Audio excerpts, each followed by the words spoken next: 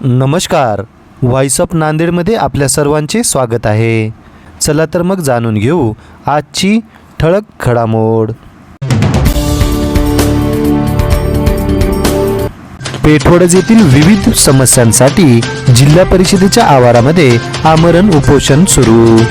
याबाबत सविस्तर बातमी अशी की नांदेड जिल्ह्यातील कंधार तालुक्यातील पेठवडज येथील प्राथमिक आरोग्य केंद्राची इमारत व कर्मचारी निवाऱ्याची इमारत बांधकामासाठी निधी मंजूर करणे, पशुवैद्यकीय दवाखाना श्रेणी 1 ची इमारत व कर्मचारी निवाऱ्याची इमारत बांधकामासाठी निधी मंजूर करणे, घरकुल लाभार्थ्यांचे शासन निर्णयाप्रमाणे घरकुलास तात्काळ मंजुरी देणे, प्राथमिक आरोग्य केंद्रातील रिक्त पदे भरण्याबाबत दिनांक 8/5/2023 रोजी आश्वासित केले होते. ती पदे अद्याप भरलेली नाहीत, ती भरण्यात यावी.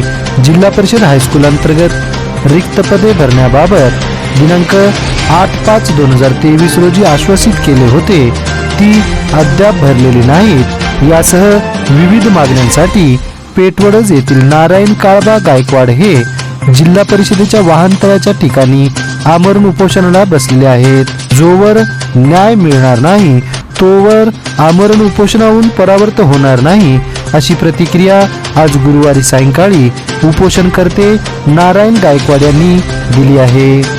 चला तर मग जाणून घेऊ काय म्हणालेत गायकवाड. मी उपोषणकर्ता नारायण काळबा गायकवाड पेठवडज येथील ग्रामपंचायत सदस्य आहे. पेठवडजची बिल्डिंग टोटली खराब झालेली आहे. धडधड पाणी गळते, क्वार्टरमध्ये पाणी गळते, राहायला जागा नाही PECच्या बाबतीत.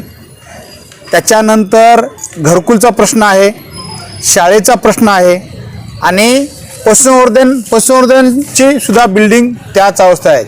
गावाला पशुसंवर्धन दवाखाना आहे, मदर PEC आहे. हे सगळे प्रश्न घेऊन मी शासन दरबारी आलो. शिवसाहेब मॅडमच्या किंवा जिल्हा परिषदेच्या परिसरामध्ये उपोषणाला बसला. जोपर्यंत हे प्रश्न सॉल्व्ह होत नाहीत तोपर्यंत मी उपोषण सोडणार नाही.